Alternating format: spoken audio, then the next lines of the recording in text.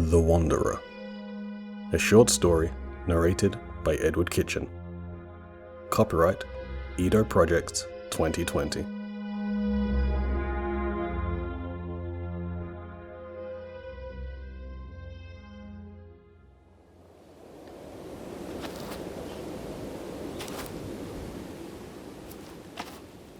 Out of the grey, barren desert, the Wanderer appeared. Draped in tattered rags, drifting from town to town. His body was bent. As he walked, he swayed back and forth, like a slowly encroaching tide. They say where he came from, no living thing could have survived. Perhaps that should have been the first warning. For approaching the dusty, dry brick walls of Farak, on the 5th of the first cycle of the year, was change itself.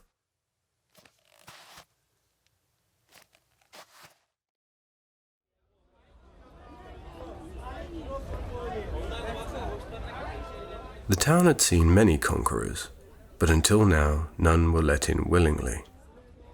In their inquisitive, simple way, the people spoke, asking the Wanderer questions, offering him water, as they knew he must be thirsty, coming as he did out of the wastes. In return, they got silence. Followed by a growing crowd, the Wanderer traversed the shaded streets to the market square, where he disrobed and was revealed not to be a wanderer at all, but a shape in human form. The questions and offers stopped. The shape stood static. The people did too. Was it a message?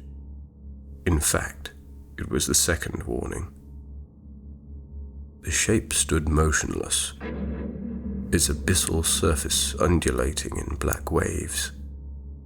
The crowd was stunned, lost in the lure of its untold depths, and for the longest moment nothing changed. Then, the wanderer that had become a shape became a shadow. What was solid became translucent and melted, stretching across the floor. The people were afraid, and became more so when the shadow burst apart and split into 1,000 tiny pieces that darted swiftly about, this way and that. As quick as spiders it spread out. Some pieces hid in the baskets of fruit, or slipped through cracks in the pavement, or slid into the sewer system, and some even climbed through the open windows of houses. People flew about, looking for the man who often told of strange tales such as this, albeit happening in far-off lands to foreign peoples. To the villagers, the stories had seemed fun in abstract form.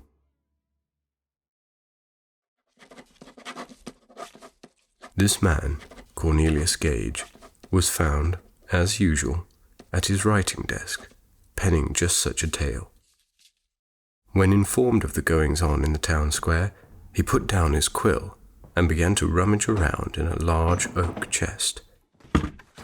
Scrolls and all sorts of contraptions were thrown over his shoulder until Cornelius found what he was after. A mask. To the townsfolk, this should have been the third warning. Upon sealing his face in the mask, the great inventor strode confidently outside towards the square. Upon his arrival, he had a good long chat with the people about exactly what had occurred. Although the people found it hard to understand Cornelius through his mask, he told them there was no need to panic, and they felt themselves becoming assured by his presence. He was, after all, the smartest man in town, now and probably in all the time that had passed before. However, as Cornelius began to inform the people of his detailed plan to banish the shapes from the town, there was a shriek. A lady who worked at the marketplace stood over the body of a boy. Everyone looked to Cornelius for guidance, when there was another scream. This one came from inside a grey brick house overlooking the fountain at the far end of the market. Soon, screams rang out all over, and when the people turned to Cornelius for comfort, they found he had disappeared. It seemed that he was a smart man indeed, for he knew enough to know that there was surely no stopping the shapes now.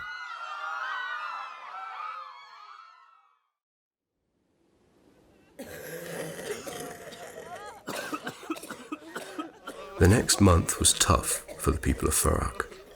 Not a single piece of the shape had been seen since the day in the marketplace, but almost a third of the town had dropped dead.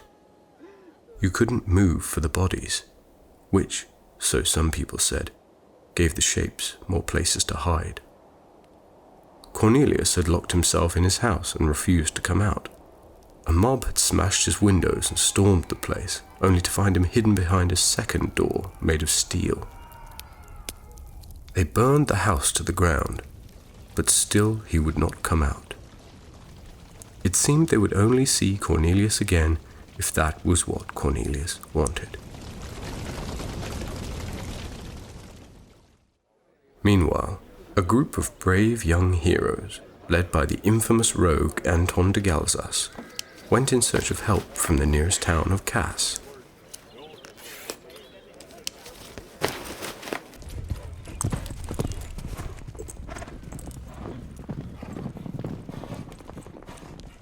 None came back.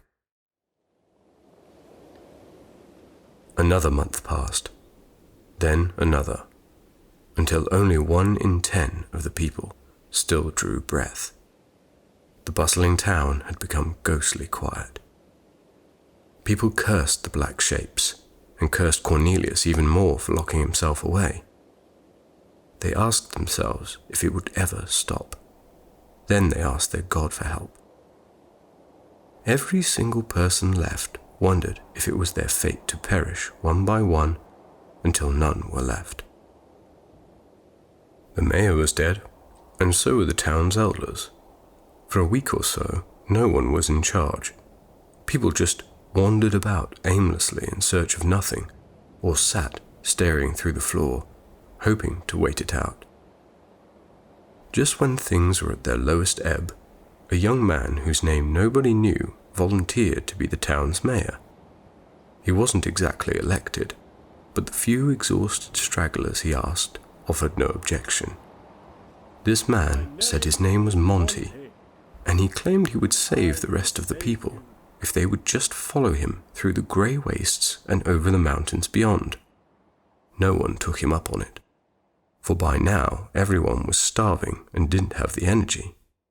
It seemed enough to simply lay about all day and wait for the shapes to take them. But Monty was insistent. He promised that if they had faith, they would be just fine. To prove it, he said he would bring Cornelius out of his house. As much as the people hated Cornelius for abandoning them, they still secretly hoped for his return. And so, the few who had the energy accompanied Monty to Cornelius's house.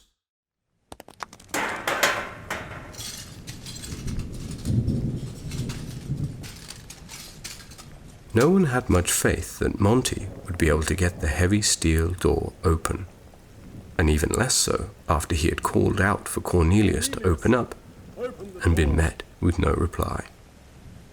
However, Monty was a smart one, and through a system of levers and pulleys was able to lift the charred debris away and crank open the door.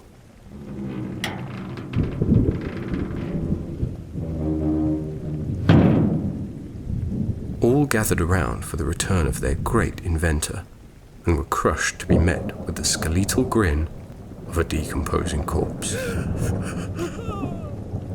Monty seemed unperturbed. He simply told the old man they didn't need him anyway. He reminded the people that he had, as promised, opened the door.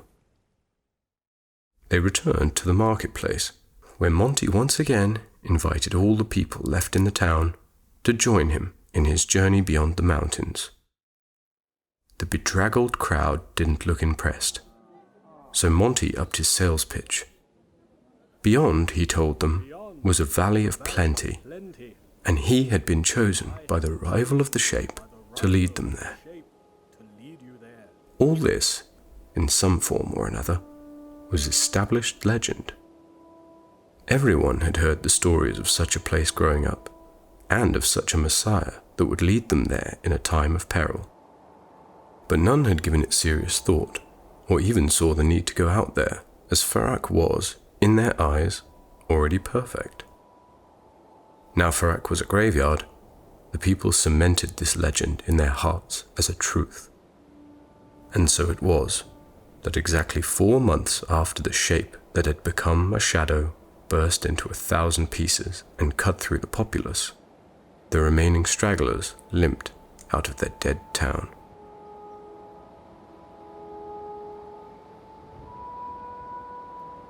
The journey across the plains would be long, and many, if not all, would perish along the way. But some might have survived, to germinate city after city, and they would have once again had a market and heard the children laugh, and someday tell tales of their trying times. That is, if they weren't now shapes themselves.